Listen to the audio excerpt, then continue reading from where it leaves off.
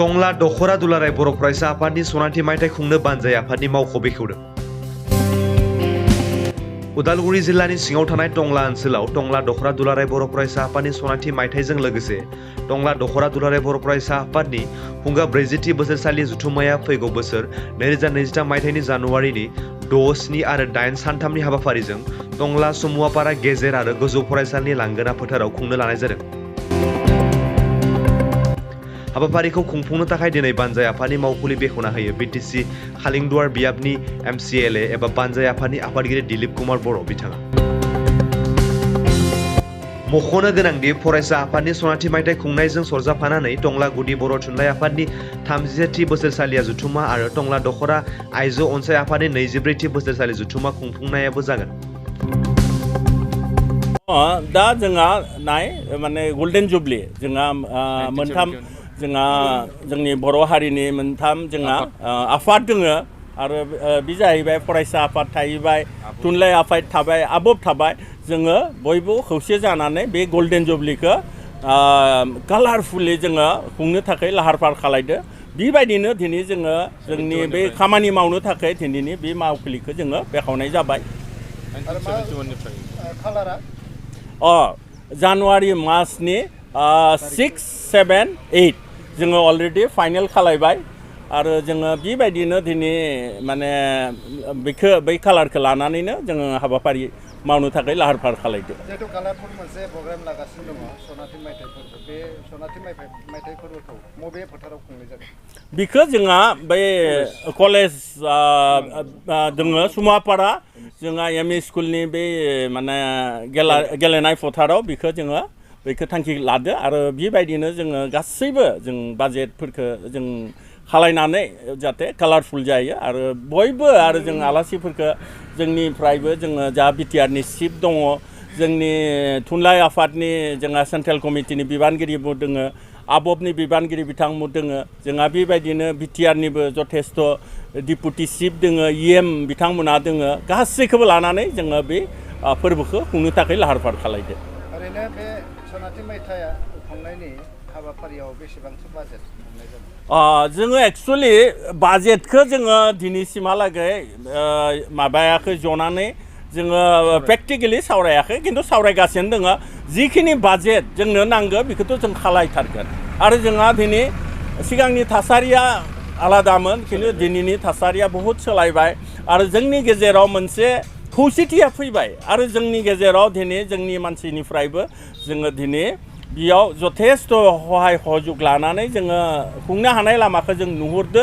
बेनिखायनो जिखिनि बाजेट नाङो जोङो बे बाजेटखौ लानानै जोङो बेखौ लाहार फाहार खालायगासिनो दङ, खिन्थु एमाउन्टखौ बुंनाया एसे जारला जागोन। जोङो प्रेक्टिकेलि बे बाजेटफोरखौ लाथ'नाय जायाखै मिथिगोन।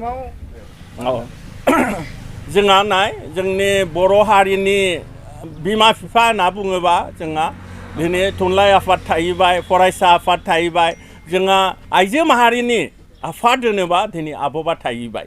बेनिखायनो दिनै जोंनि हारिनि बे जोङो बे जोंनि गासैबो जोंनि संगठनफोरखौ जोंनि गेजेराव जोङो फोथांना लाखिनांगोन। दिनै सरकाराबो जोंनि दिनै प्रमद बर' बिथाङा जोंनि चिफ आरो बिथाङा दिनै फरायसा आफादनिफ्रायनो फैनाय सासे गोख्रों आफादगिरि, बेखायनो बिथांनिबो जोंहा जथेस्थ' मदद जों मोननो थांगासिनो दङ।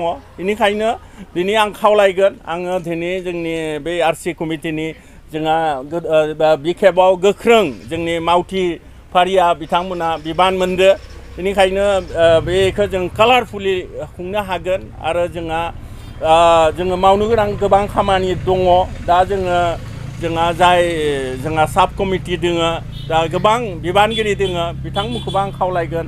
आं जोंनि बे सामलाय आफादनि आफादगिरि हिसाबै जाहाथे बयबो सम होनानै बे हाबाफारिखौ जाफुंहोनो थाखाय आङो बयनिबो गुरै खावलायनाय थाबाय आरो दिनैनि बे मावखुलि बेखेवनाय हाबाफारियावबो दिनै गोबां बिबानगिरि जोंहा फरायसा आफादनिफ्राय, थुनलाइ आफादनिफ्राय, आबबनिफ्राय दिनै हेफाजाब लाफायदो। बेबायदिनो जोङो जाहाथे बेखौ जिबायदि थांखि लादो जानुवारि मासाव 6, 7, 8 बे सानदामा जाहाथे माने मोनसे मेहेरगोनां कालारफुल मोनसे जारिमिनारि मोनसे जों सान हिसाबै जाहाथे जोङो माने मोनसे जोंनि बर' हिस्ट्रियाव जाहाथे जोङो बेरखांहोनो हायो बेबायदि खामानि मावनो जोङो मावनांगोन बेनिखायनो गासैबो बिबानगिरिफोरखौ बिथांमोनखौ जाहाथे बयबो हेफाजाब होनो थाखाय आरो बयबो जोंनि बै ओनसोलनि रायजो राजाखौ हेफाजाब होनो थाखाय आङो बयखौबो खावलायनाय थाबाय जों आइजो आफादनिफ्रायबो बोसोरसालि जथुम्माखौ खुंखानो लादों दा बेनि आगोलावनो बुंनांगोन आङो 2021 मायथाइनि 8 मार्चआव आङो बे आफादगिरि बिबानखौ मोनदोंमोन दिनै 2 बोसोर जाबाय दा 2 बोसोर जानाय लोगो जोङो बिबान गथायनो जाबाय बेजों लोगोसे लोब्बा लाखिनानै जों दा देग्लाय थुनलाइ आफाद आबसु आरो जों आबोब खौसे जानानै आफादखौ खुंफानो लादों बेयाव जोङो जोंनि बिबानखौ सोलायनाय जागोन आरो जोङो देग्लाय थारमाने गांसे खुगा लाइसिबो दिहुननो लानाय जादों मिथिंगा रानि मुंनि बेनो आरो जोङो जिमान हायो जोंबो आबोबनिफ्राय जानानै बिथांमोनखौ जों मदद होनो नाजागोन आरो बे आफादखौ लाफानायानो जाबाय जोङो जाहाथे बयबो खौसे जानानै सामलायलांनो हायो उननि आइजोफोरखौ जोङो मोनसे मोजां बिथोन होलांनो थाखाय जोङो दिनै बिथांमोनजों एखेलगे खुंफानायखौ जोङो सानदों एबा आखायाव